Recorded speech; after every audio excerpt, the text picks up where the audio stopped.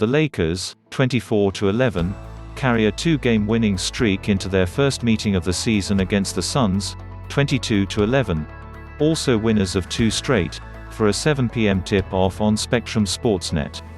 Below are 3 things to know in advance of the matchup. All-Star BACKCOURTL. A. Is fresh off consecutive games of excellent defense against All-Star point guards Damian Lillard of Portland and Steph Curry of Golden State, in which they deployed frequent traps to force respective teammates to try and beat a fast, scrambling defense. But with the addition of Chris Paul, the Suns have a pair of all-stars, making it more difficult to focus the attention of the defense on either CP3 or Devin Booker, who's fresh off a 43-point effort at Minnesota. The Lakers did execute a strong blueprint in round 1 of last year's postseason against Portland, who had CJ McCollum as a threat on the weak side of the floor for Lillard. Booker, however, has a few inches on McCollum, and is a harder cover on drives to the rim.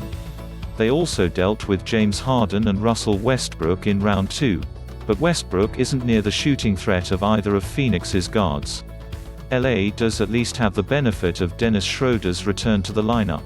The German PG helped Lal snap their 4-game losing streak, and the Lakers have won 10 of the previous 11 games in which he's played. LeBron's DEFENSEAs. Much as Schroder's return has been a boost, the biggest reason for LA's last 2 wins was the play of LeBron James, starting with his command of the defensive end of the court. From the start of the game against Portland, he was both flying around off the basketball, standing his man up on the ball, and calling out coverages for his teammates.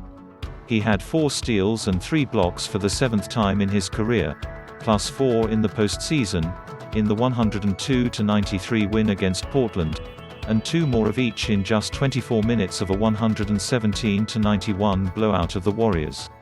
Such is LeBron's dominance on offense, and the prevalence of highlight plays from that end, that there's always been less focus upon his defense.